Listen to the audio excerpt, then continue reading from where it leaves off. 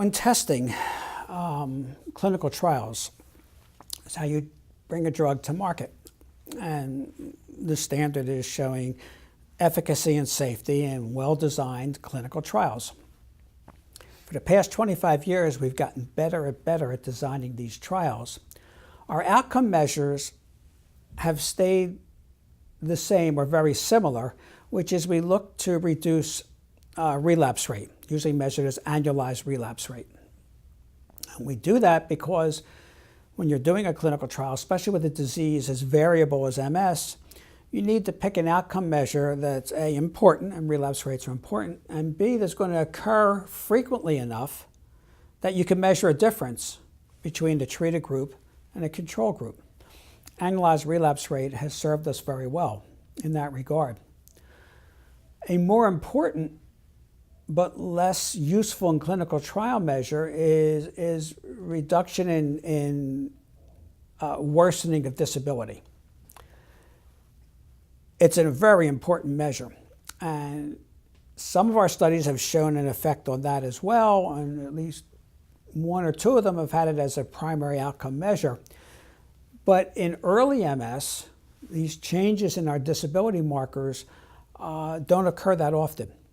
And so you can miss a good therapeutic effect just because of the natural history of the disease not providing you with a sufficient number of events to be able to measure a difference. That's why annualized relapse rate has been the number one, because usually that will work. As a secondary outcome, we use changes on the MRI. Now, MRI has revolutionized our ability to bring drugs to market because there's something called a phase 2, which is a proof of principle design that you do before you get to the pivotal studies, what are called phase 3 studies that you would take to a regulator like the FDA or Health Canada or EMA. Before you would do those pivotal studies, you do the proof of principle, which tells you something about the safety, and it tells you something about the efficacy, and also dosing information. Well, it turned out from studies initially done at the NIH that if you look at frequent MRIs and reducing that MRI activity with any of the immunomodulating agents we have, and you succeed in doing that, then you almost surely will succeed with a clinical outcome like annualized relapse rate in the pivotal trials. And since it's easier and shorter time frame to do those phase 2s, it became a very good investment. You know, a sponsor would have a good molecule, they'd look at that phase 2, and it succeeded, they say, well, we're going to have a drug that we can get to market. You have to do the studies, but it hasn't failed.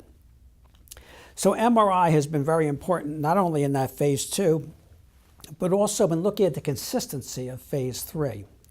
And that's been another feature of all of our pivotal clinical trials, in that when you lay out the metrics you're looking at, annualized relapse first, then maybe change in disability, worsening in disability, and then MRI, T2 lesion load, gadolinium enhancing lesions, brain volumes and such, with the exception of brain volume, which is a little confusing, all those other metrics have always gone in the right direction. Even if they weren't statistically significant, they still supported the primary action.